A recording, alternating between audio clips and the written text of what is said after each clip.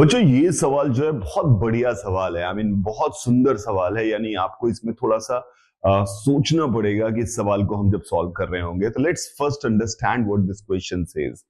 इसमें क्या कह रहा है कि एक ऑडियो कैसेट है। ऑडियो कैसेट आपने देखी है कि नहीं देखी, क्योंकि आप तो आप सीडी का जमाना भी क्रॉस करके जमाने वाले आदमी हैं, तो आपने शायद ऑडियो ऑडियो कैसेट क्या होती थी जिसमें एक स्पिंडल होता था, उसके ऊपर रील्स लपेटी होती थी, और जब रील चलती थी तो रिकॉर्डर से जब वो प्ले करता था वहां पर, तो मैग्नेटिक टेप से, तो मैग्नेटिक टेप में वो उसकी आवाज आती थी। मतलब बेसिक एक रील होती थी, एक घूमते वाली, वो कैसेट में होता था, वही घूमता था। शायद आपने देखा हो, ना देखा हो तो गूगल कर लीजिएगा कैसेट कैसा दिखता है। उसमें 45 short songs are recorded from the start to finish without pauses, यानी विदाउट गैप के साथ। उसमें 45 गाने हैं, 45 गाने उसमें रिकॉर्ड किए गए हैं। हर गाने का ड्यूरेशन 1 मिनट का है। हर गाने का ड्यूरेशन 1 मिनट का है। ये भी हमें दिया हुआ है कि गाने का ड्यूरेशन 1 मिनट का है, ये दिया हुआ है। अब इसमें क्या बोल रहा है कि time required to fast forward the tape from the beginning to the end with the constant angular velocity of the drive spindle is 2 minute 45 second. तो कांस्टेंट एंगुलर वेलोसिटी से जब वो चल रहा होता, तेजी से घुमा दिया गया, तो 2 मिनट 45 सेकेंड में पूरी की पूरी कैसेट खत्म हो जाती है। वैसे थ्योरेटिकली कि नॉर्मल प्ले किया जाता, फास्ट फॉरवर्ड नहीं किया जाता, तो ऑब्वियसली उसको 45 मिनट लगते हैं। आपको दिख रहा है क्योंकि हर गाना 1 मिनट का, 45 गाने हैं। पर जल्दी से घुमा के सब उसको फॉरवर्ड किया गया, तो 2 मिनट 45 सेकेंड लग रहे थे उसको।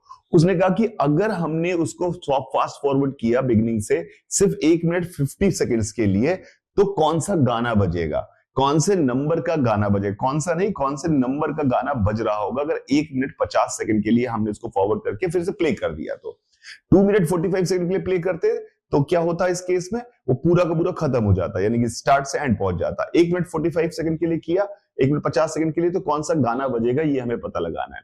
और उसने बोला कि जब इस पे जो कैसेट है, जब उस पर टेप लपेटा गया है, टेप लपेटा है, तो ऑब्वियसली उसकी टेप लपेटते जाएंगे, तो ऑब्वियसली इस उंगली पे अगर टेप लपेट देंगे तो ये चौड़ा होता जाएगा। तो उसने कहा कि विदाउट टेप उस स्पिंडल की रेडियस जो थी वो आपकी 10 mm थी, और विद टेप उसकी रेडियस जो थी वो कैपिटल R 25 mm थी। I hope you got this point.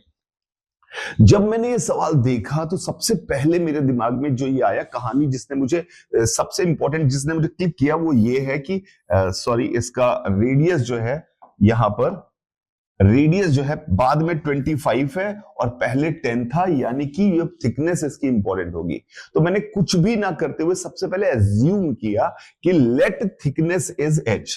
मैंने कहा लेट थिकनेस जो है उसकी h है, थिकनेस h है। अब देखता हूं मैं क्या क्या चीजें पता करता हूं, देखता हूं। लेट थिकनेस h है। अगर उसकी थिकनेस h है तो उसमें जो टर्न्स होंगे उसकी वैल्यू कितनी होगी उसका पता लगाने के लिए मैंने एक फोटो बनाया हुआ है, जो कि फोटो बनाने में बहुत समय लगता है, इसलिए मैंने बना के रखा। तो ये फोटो है कि ये हमारा पहले था सिर्फ स्पिंडल, और उसको टेप लपेट दिया गया तो इसकी थिकनेस बढ़ गई है। तो यानी ये रेडियस हमारे पास दे रखी है 10 सेंट स्मॉल r, और सब अननोन में सॉल्व करते हैं, ये हमारे पास कैपिटल R दे रखी है। तो अगर इसकी थिकनेस h मैंने मान ली, तो नंबर ऑफ टर्न्स जो इसके ऊपर होंगे वो हमें समझ में आने चाहिए कि टोटल नंबर ऑफ टर्न्स इसके पास आ जाएंगे। नंबर ऑफ टर्न्स जो आएंगे वो मुझे उम्मीद है कि आप सभी को दिखाई दे रहा होगा, that would be R minus R divide by H। तो ये नंबर ऑफ टर्न्स इसके हो जाएंगे R minus R divide by H। और अगर नंबर ऑफ टर्न्स है, अब वो कांस्टेंट एंगुलर वेलोसिटी से घूम रही है, तो 2 मिनट यानी T1 समय में, T1 जो 2 मिनट 45 सेकंड दिया, और T1 समय में ये पूरा खुल जाता है। तो T1 समय में हमारे नंबर ऑफ रेवोल्यूशंस जो हो रहे हैं, T1 समय में नंबर ऑफ रेवोल्यूशन जो हो रहे हैं वो R minus R by H के बराबर है। तो T2 समय में जब घूमेगा, T2 जो कि थोड़ा कम समय था, तो उसमें कितने टर्न्स घूम जाएगा उसको हमें देखना है। तो T2 समय में अगर हम बात करें, तो T2 समय में नंबर ऑफ टर्न्स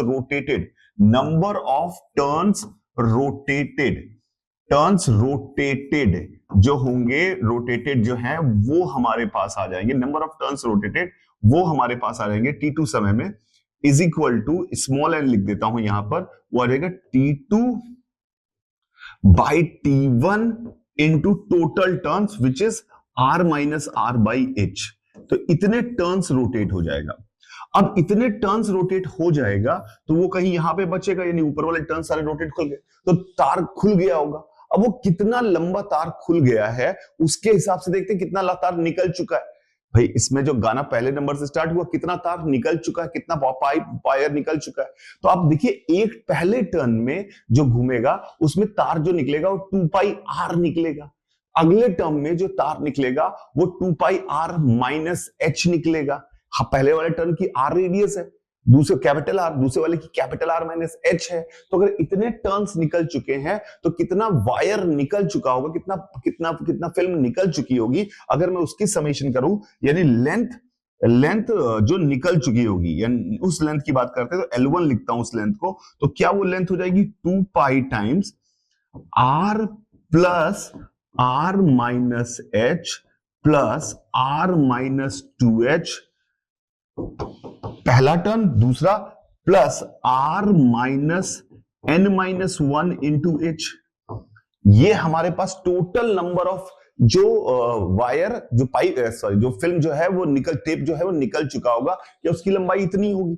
तो इसकी लंबाई हम निकालने की कोशिश करते हैं कि कितनी होगी इसकी लंबाई।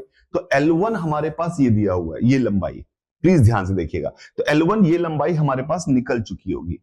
अगर ये लंबाई हमारे पास निकल चुकी होगी, इस लंबाई में निकल चुकी होगी, तो इसको समेशन करने की कोशिश करते हैं। तो L1 हमारे पास जो आ जाएगा उसकी वैल्यू आ जाएगी, थोड़ा पेन का साइज मोटा कर लेता हूं ताकि अच्छे से दिखाई दे। L1 की वैल्यू आ जाएगी 2 पाई, तो हमने बाहर लिखा है।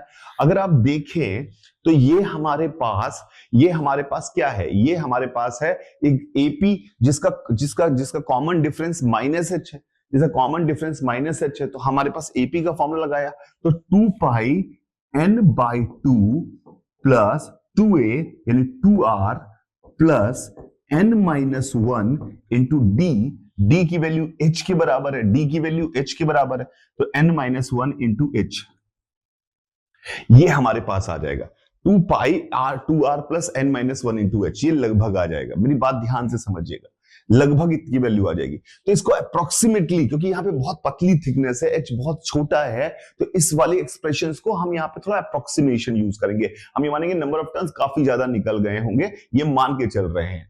नंबर ऑफ टर्न्स बहुत ज्यादा थे और काफी ज्यादा निकल गए होंगे, ये मान के चल रहे हैं। तो हम इस एक्सप्रेशन को लिख सकते हैं L1 is equal to, please ध्यान से देखिएगा, n pi, L1 equal to n pi, ये जो हमारे पास आ गया बाहर की तरफ, और वो हमारे पास आया 2r प्लस NH।